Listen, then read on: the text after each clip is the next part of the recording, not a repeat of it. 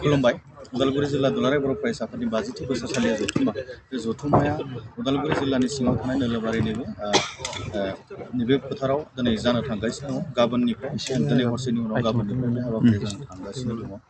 50थि बोसोरसालि जथुम्मा जारिमिन मोनसे सोरजिनो बे ओनसोलाव जानो थांगासिनो दङ। दा बेखौनो बे हाबाफारिया बेसेबांसिम साक्सेस जादों आरो बेसेबांसिम जाफुंसारदों बेखौनो नायबिजिरनो थाखाय दिनै थावनियाव दिनै गिदिंफैदों। जोंनि बे बानजाय आफादनिनो मासिगिरि लोगोसे बिटिआरनिनो मावफुं सोद्रोमा डक्टर निलुत स्वरगयारि सार बिथाङा जोंजों दंफायो। आं बिथांनिफ्राय मिथिनो हास्थायगोन बेसेबांसिम आगबारिदों दिनैनि बे हाबाफारिनि खामानि मावनो। दिनै हरसेल'सो समसो दङसै गाबोननिफ्राय बे हाबाफारिया खोब गोजोननाय मोनदों। अलमस्ट 97% जोंहा खामानिया कमप्लिट जाबाय। गाबोन फुंनिफ्रायनो जोंहा गोबां बेखेवनाय हाबाफारि दङ आरो बे बेखेवनाय हाबाफारिया जोबनायनि उनावनो जोंहा डेलिगेटफोर सफैगोन। उदालगुरि जिल्ला दुलाराय बर' फरायसा आफादनि जि बोसोरसालिया जथुम्मा बे बोसोरसालिया जथुम्माया गाजा गोमजायै खोब माने कालारफुल मोनसे ओंथि गोनां हाबाफारिजों जाफुंसारगोन जों बेखौ मिजिंथिदों। उदालगुरि जिल्ला दुलाराय बर' फरायसा आफादनि सिङाव थानाय जि आन्चलिक कमिटिफोर दङ बिथांमोना गाबोन सानजौफुआव सफैजोबगोन। बिथांमोननि थानाय बिथांमोननि जानाय गासैबो जोंहा रेडि जाजोब्बाय। आं बेखौनो धन्यबाद होयो जोंनि बानजाय आफादनि वार्किं प्रेसिडेन्टजों लोगोसे कनभेनर फाइनान्स कमिटिनि आरो जोंजों लोगोसे गोबां नैबे ओनसोलनि TCLC चेयारमेन रुजुग्रा आदा बिथाङाबो आरो जोंहा रतेन बिथाङाबो गोबां जोंनि बे हाबाफारियाव हेफाजाब आरो मदद होदों।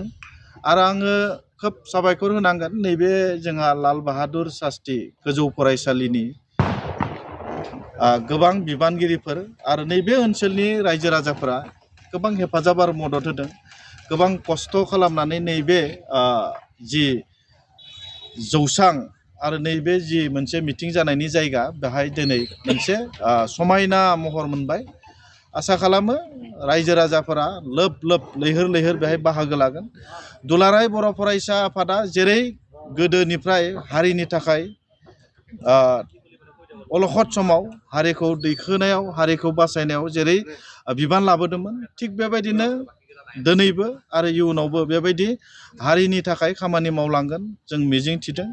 आं दुलाराय बर' फरायसा आफाद उदालगुरि जिल्लानि गासै बिबानगिरिफोरखौ आंनि गोसो गोरबोनिफ्राय गाबोन बरायनो थाखाय आं सासे बे बानजाय आफादनि आफादगिरि जानानै गोसो गोरबोजों बिथांमोनखौ बरायनो थागथियारि जाना दङ।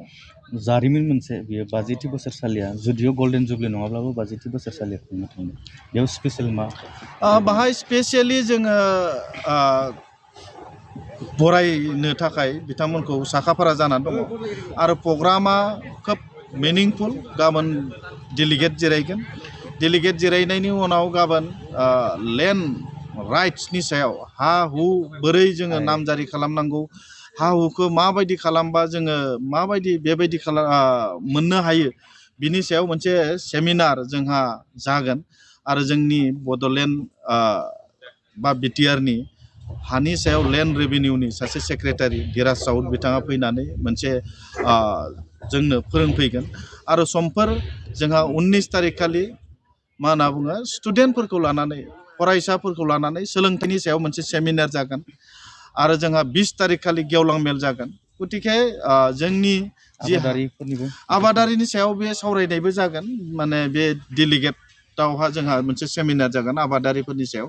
गतिके जों आसा खालामदों रायजो राजाफोरा आरो डेलिगेटफोरा खोब गोसो गोरबोजों माने मा होनना बुङो बेयाव बाहागो लागोन। जिहेतु देग्लाय उदालगुरि जिल्ला दुलाराय बर' फरायसाफोरनि बिबान बोथोराबो सोलाय सोल' जागोन बेनि सायाव नोंथांमोना मा बुंगोन? जिखि जायखि बिबान मोना मानो दुलाराय बर' फरायसा आफादाव आंबो मोनसे समाव मावबोनाय हिसाबै बिबाना गिदिर खोथा नङा। बाहाय गावनि गोसो गोरबोखौ बर' हारिनि थाखाय बाउसोमनानै जा मोनसे 2 बोसोरनि सम मोनो बाहाय बाउसोमनानै समाजनि थाखाय मावनायासो गिदिर बाथ्रा। दा बेखायनो बिबानखौ लानानै दुलाराय बर' फरायसा आफादाव दिनैसिम खुनु बेबायदि गन्दगल जानाय जों मोनबोफेराखै, दिनैसिमबो जायाखै आरो उनावबो जानाय नङा। जेखि बिबान मोना मानो बिबान मोनगिरि बिथांमोनखौ आंनि गोसो गोरबोनिफ्राय कंग्रेसुलेसन जासिगोन। जिल्लानि रायजोफोरनिसिम मा खावलायनो? जिल्ला दुलाराय बर' फरायसा आफाद उदालगुरि जिल्ला नैबे ओनसोलनि रायजो राजाफोरखौ आं बेखौनो खावलायगोन जे लैहोर लैहोर फैनानै नैबे मोनसे जारिमिनारि मोनसे मिटिं बेहाय बयबो बाहागो ला, आं बेखौ बानजाय आफादनि आफादगिरि जानानै गुरैयै खावलायो। नंगौ, बिटिआरनिनो मावफुं सोद्रोमा नैबे हाबाफारि जागोननि बानजाय आफादनि मासिगिरि डक्टर निलोद सरगयारि बिथाङा फोरमायदों आरो लोगोसे खावलायदों 50थि बोसोरसालिया जथुमा जिथु दुलाराय बर' फरायसा आफाद उदालगुरि जिल्लानि नोलोबारिनि लाल बाहादुर शास्त्रि गोजौ फरायसालिनि गेलेग्रा फोथाराव जि जानो थांगासिनो दं गाबोननिफ्राय, बे हाबाफारियाव साफ्रोमबो दैदेनगिरि बिथांमोनखौ बा जिल्लानिनो साफ्रोमबो रायजो राजा बिथांमोनखौ बे जारिमिन सोरजिनाय बे जारिमिन हाबाफारियाव बयखौबो बाहागो लानो थाखाय बिथाङा खावलायदों। उदालगुरिनिफ्राय सुखुराम बर', बड'लेण्ड बुब्लि।